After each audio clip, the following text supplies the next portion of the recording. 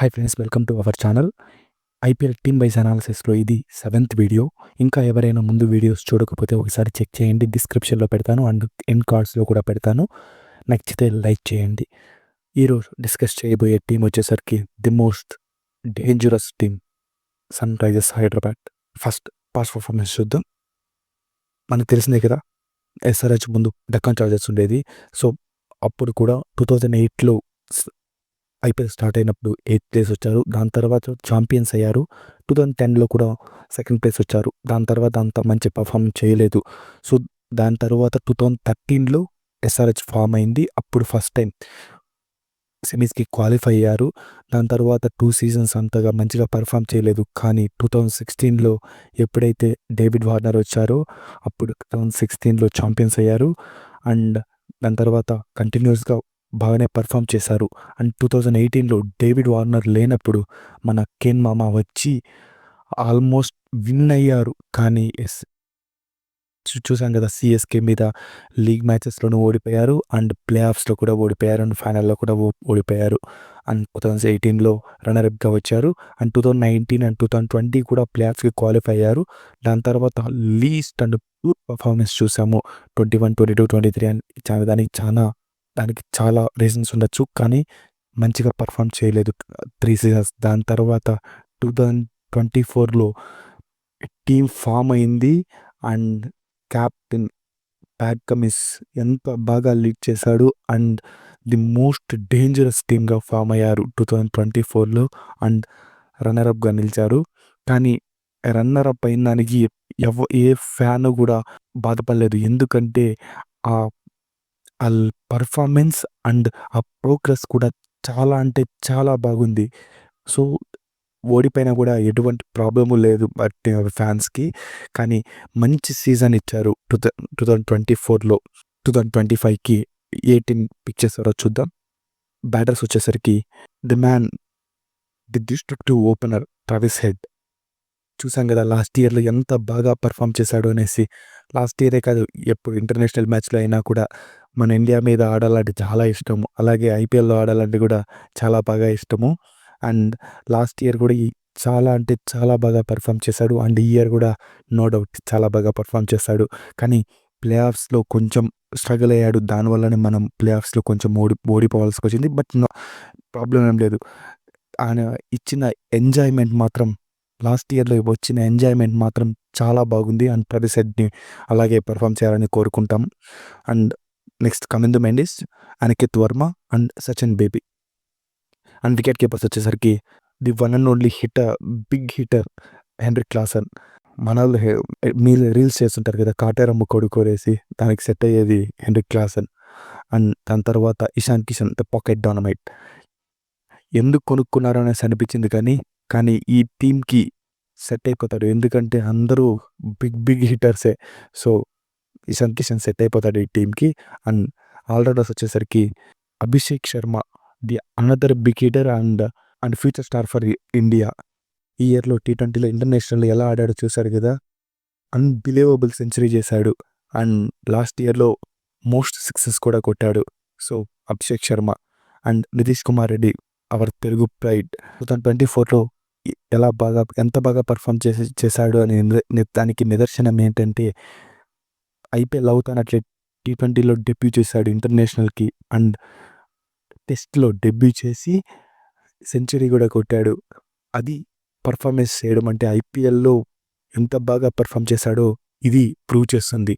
And Abhinav Manohar మాత్రం big hitter. Last ఇయర్లో జీటీకి ఆడినప్పుడు కూడా చాలా బాగా పర్ఫామ్ చేశాడు. అండ్ తనని తీసుకునేది కూడా లోయర్ ఆర్డర్లో బిగ్ హిట్టింగ్ కోసమే. అండ్ అదర్వైట్ ఐడే కూడా మంచి బ్యాట్స్మెన్. బ్రైడన్ చార్ల్స్ బాగా ఆడాడు and England bowler. So allrounder, big hitting కూడా చేయగలడు అండ్ బౌలింగ్ కూడా చాలా బాగా చేస్తాడు. మంచి హైట్ ఉన్న బౌలర్. అండ్ బౌలర్స్ వచ్చేసరికి Mohammed Shami, purple cap winner, 2 times purple cap winner. Last year injury వల్ల ఆడడం లేదు, కానీ దానికి ముందు జీటీ ఫైనల్స్కి వెళ్ళడానికి కారణం మహమ్మద్ షమియే. దానిలో పర్పుల్ క్యాప్ విన్ అయ్యారు. సో అండ్ మంచి బౌలర్. ఇంజురీ ఏమీ లేకపోతే ఎస్ఆర్హెచ్ కూడా అదే పర్ఫార్మెన్స్ చేస్తాడు. And another purple cap winner purple Patel, అదే Harshal Patel. So, slower ones కూడా చాలా బాగుంటాయి. అండ్ మన గచ్చిబౌలి స్టేడియంలో సెట్ అవుతాడు ఈ బౌ బౌలర్‌గా. అండ్ సుమర్జిత్ సింగ్ లాస్ట్ ఇయర్‌లో సీఎస్‌కే పక్క ఆడాడు కూడా. మంచి లెఫ్ట్ హ్యాండ్ బౌలర్ అండ్ మంచి హైట్ ఉండే బౌలర్. సో, ఇష్ next Eshan Malinga and Jaydev Unadkat last year perform చేశారు. సో, బ బైబ్యాక్ కూడా చేసుకున్నారు. అండ్ మోస్ట్‌లీ బ్యాకప్‌గానే ఉంటాడు. అండ్ తర్వాత జీషాన్ అన్సారీ అండ్ స్పిన్నర్స్ వచ్చేసరికి ఈసారి స్పిన్నర్ మీద మంచి కాన్సంట్రేట్ చేశారు. రాహుల్ చహర్ లాంటి మంచి స్పిన్నర్, తనతో పాటు యాడమ్ సంపా లాంటి ఫారెన్ స్పిన్నర్‌ని కూడా తీసుకున్నారు. టీమ్ అయితే లాస్ట్ ఇయర్ కంటే ఈసారి ఇంకా బాగుందనేసి చెప్పొచ్చు. ఎందుకంటే బౌలింగ్ స్ట్రెంత్ చేసుకున్నారు. అండ్ వీళ్ళకి ఎప్పుడు రషీద్ ఖాన్ వెళ్ళిన తర్వాత వీళ్ళకి మెయిన్ ప్రాబ్లమ్ వచ్చేసి స్పిన్ బౌలింగ్‌లో. ఈసారి స్పిన్ బౌలింగ్ కూడా చాలా బాగా పిక్ చేశారు. రాహుల్ చహర్, ఆడమ్ జంపా లాంటి స్పిన్నర్‌ని కూడా పిక్ చేశారు కాబట్టి ఈసారి అయితే చాలా చాలా బాగుంది టీమ్.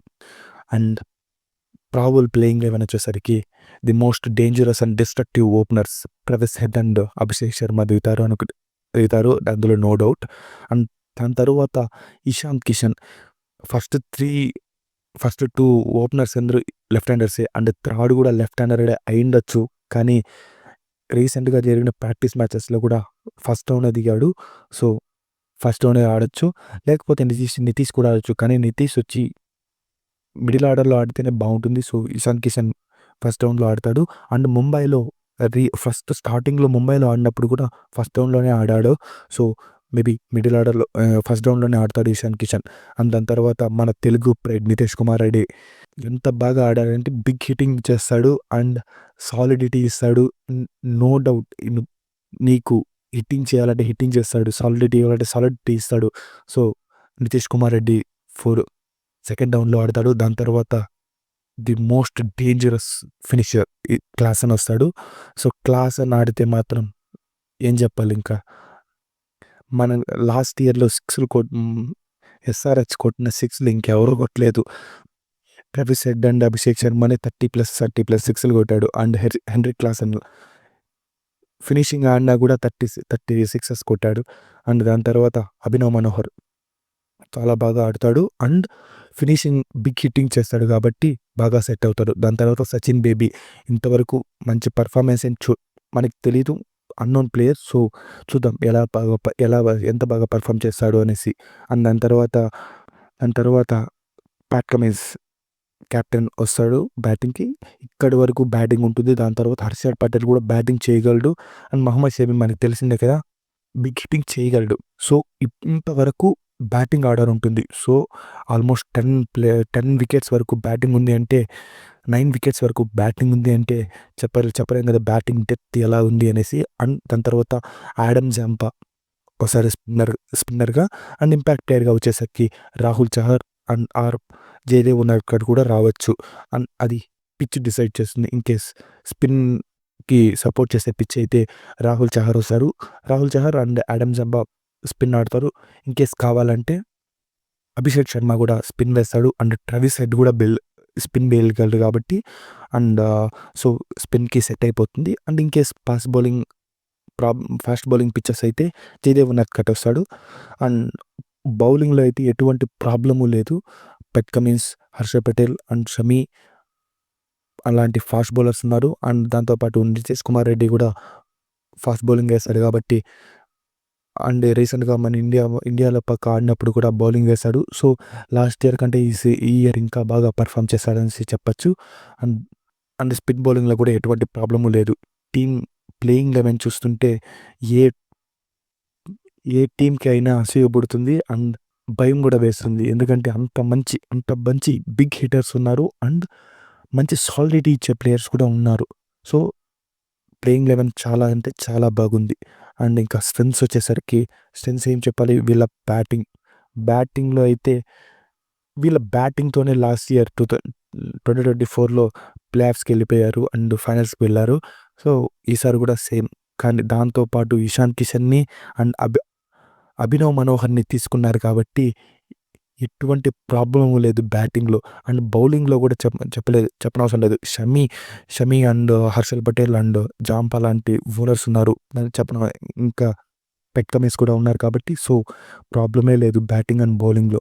అండ్ వీక్‌నెస్ వచ్చేసరికి నాకైతే అంత వీక్‌నెస్ ఏం కనిపించడం లేదు. కానీ ఒక్ చెప్పాలంటే ఒకే ఒక్క వీక్‌నెస్ అదే ప్లే ఆఫ్స్‌లో ఆడినప్పుడు Travis head and Abhishek Sharma fail అయినప్పుడు మన టీమ్ మొత్తం షేక్ అయింది.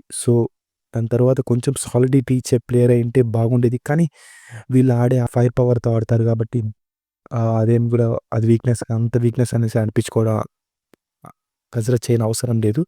అండ్ ఇంకోటొచ్చే ప్రాబ్లమ్ వచ్చేసరికి మహమ్మద్ షమి ఎంత ఫిట్‌గా ఉన్నాడనేసి చూసుకోవాలి.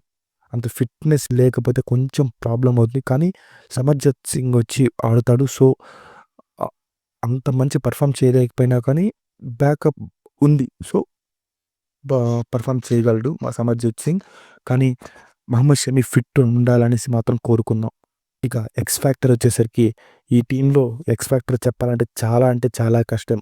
ముంబై టీమ్‌లో ఎక్స్ ఫ్యాక్టర్ చెప్పాలంటే ఎంత కష్టపడాలో ఇందులో ఎక్స్ ఫ్యాక్టర్ చెప్పాలంటే ఇంకా ఎక్కువ కష్టపడాలి.